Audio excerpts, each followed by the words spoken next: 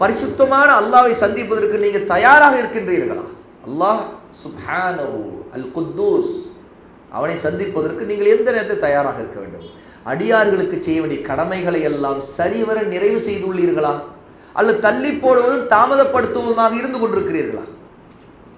உங்களோட இருக்கக்கூடிய தாய், தந்தை, மனைவி, பிள்ளைகள், மனிதர்கள், நம்மோடு இருக்கக்கூடிய சமூகத்தினர், இவங்களுக்கு செய்ய வேண்டிய உங்களுடைய கடமைகள் இருக்கக்கூடிய, அதில் கட்டாயமான இருக்கக்கூடியதை நீங்கள் முடிக்கிறீங்களா, செய்தீங்களா, அல்லது தள்ளி போட்டு இருக்கீங்களா?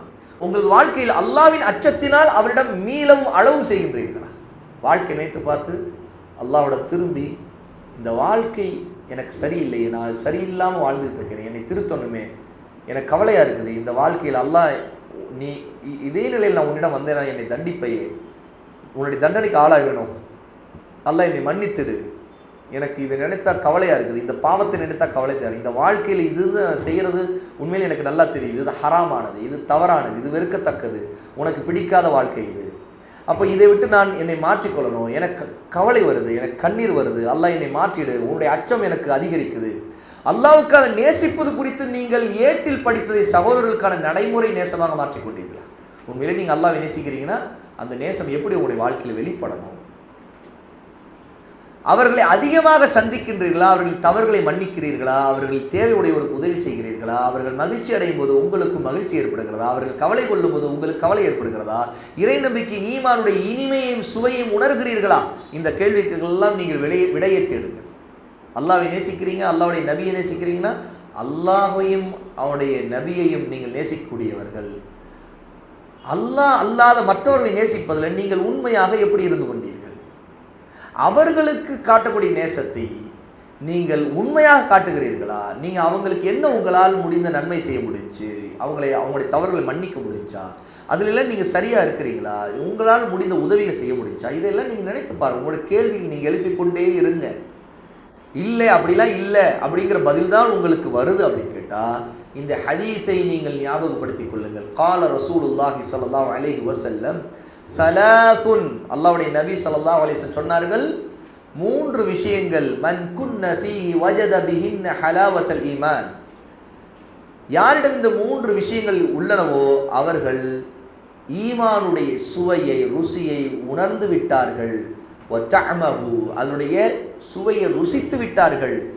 அன் யகூன அல்லாஹு வ ரசூலுஹு அஹப்ப இலைஹி மிம்மா சிவாஹுமா, அவர்களுக்கு அல்லாஹ்வும் அவருடைய ரசூலும் இந்த உலகத்தின் எந்த ஒன்றை விட அதிக நேசத்திற்குரியவர்களாக இருப்பார்கள்.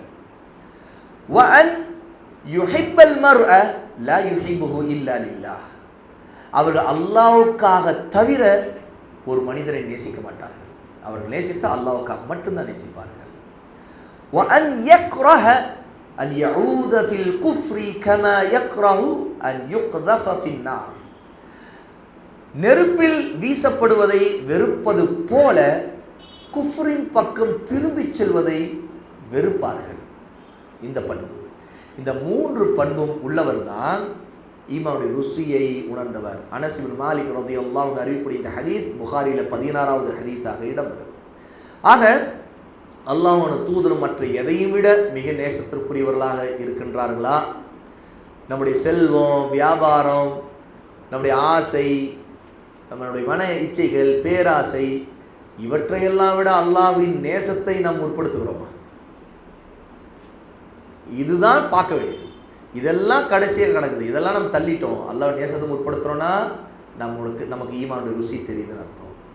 இதற்கான விடையை தெரிந்து கொள்ள உங்களுக்கு நீங்களே ஒரு சோதனை வையுங்கள். அதாவது முஅzzீன், பாங்கு சொல்லக்கூடியவர், அவருடைய தொழுகைக்கான பாங்கு அழைப்பு வரும்போது, அதை கேட்கும்போது வியாபாரம் சம்பந்தப்பட்ட வேலைகளில் நீங்கள் இருக்கிறீர்கள், அந்த வியாபார பணிகளை உடனே முடித்துவிட்டு நீங்கள் தொழுகைக்காக தயாராகி அந்த அழைப்பை ஏற்றுக்கொள்கிறீர்களா?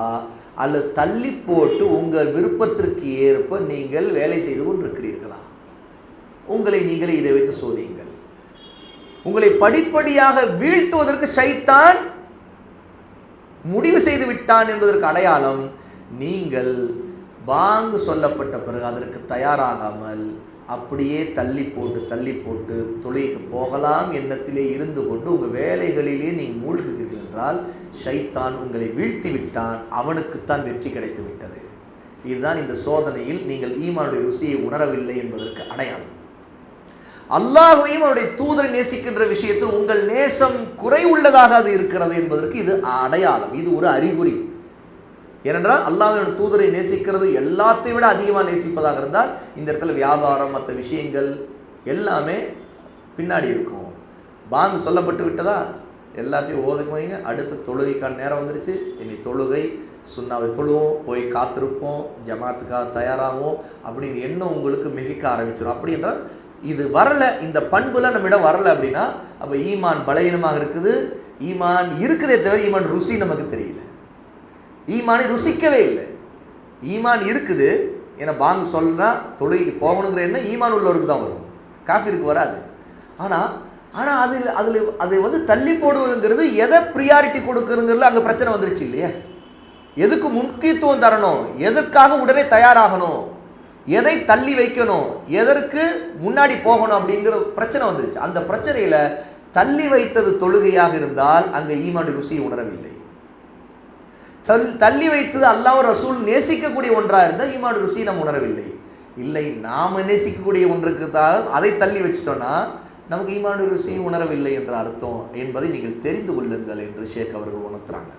இப்படித்தான் இந்த உலக காரியங்கள் எந்த காரியத்தை விட அல்லாஹ் தஆலாவின் கட்டளைகளை முற்படுத்தும் நிலைப்பாட்டில் உங்களை உறுதிப்படுத்திக் கொள்ளுங்கள். உலக விஷயமா இருந்தாலும் அதில் அல்லாஹ்வின் கட்டளை என்ன அதை நீங்கள் முற்படுத்துங்க, அதற்கு ஃபர்ஸ்ட் ப்ரிஃபரன்ஸ் கொடுங்க. அதில் நீங்கள் அலட்சியமாக இருந்தாலும் உங்களுக்கு அங்கே பிரச்சனை தான். அல்லாஹ் உங்களுக்கு அருள் புரிவானாக, பரக்கத் செய்வானாக. இது போன்ற விஷயங்களில் நீங்கள் தெளிவாக இருக்க வேண்டும்.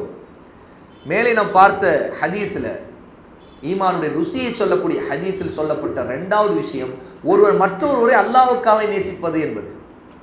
இதை சிந்தித்து மனிதர் மீது கொண்டுள்ள நேசத்தின் யதார்த்தம், அதனுடைய உண்மையில ஹக்கீகா ரியாலிட்டி, அதை கவனித்து பார்க்கணும். எதற்காக நேசிக்கிறோம், இவரை நம்ம எதுக்காக நேசிக்கிறோம்?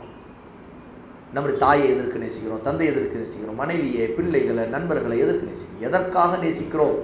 சரி, எதற்காக கோபிக்கிறோம்? இப்போ தெரிஞ்சிடும். அவங்கள கோபம் கொள்வதற்கு காரணம் என்ன இருக்குது? அவங்களை வெறுக்கிறோம்னா சரி, எதுக்காக வெறுக்கிறோம்?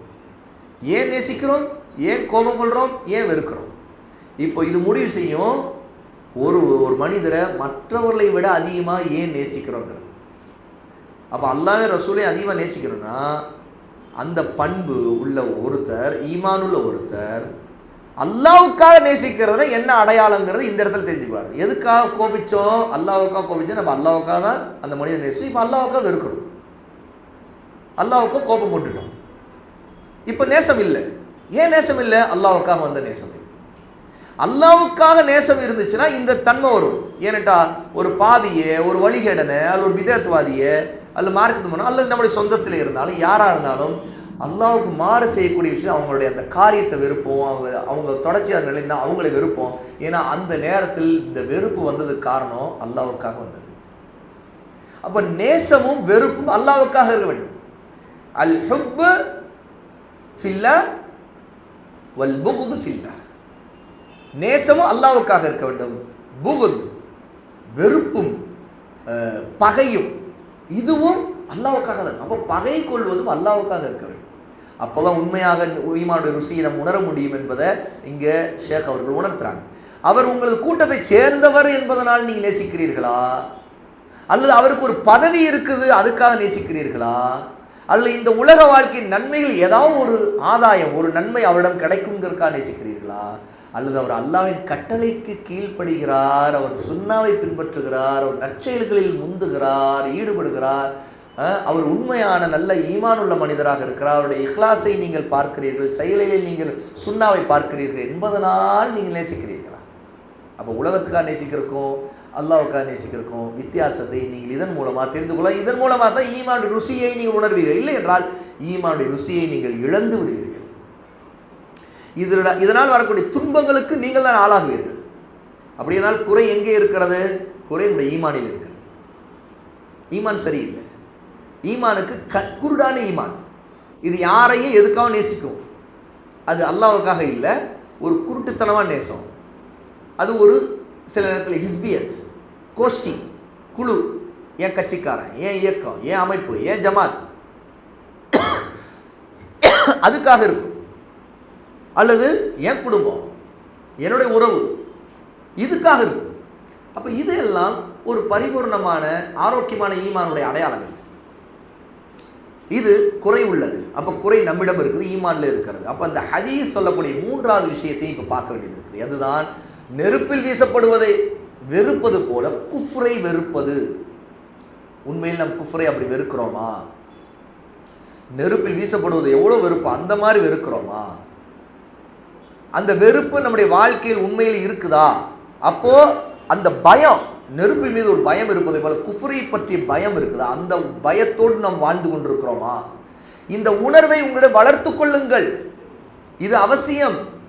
எதையும் அல்லாஹ்வுக்கென்றே செய்கின்ற உள தூய்மை, இஹ்லாஸை நீங்கள் வளர்த்துக் கொள்ளுங்கள். உங்களது மனதை பரிசுத்தப்படுத்திக் கொள்ளுங்கள். அதற்கு முயற்சி செய்யுங்கள் என்று ஷேக் அவர்கள் எழுதுறாங்க.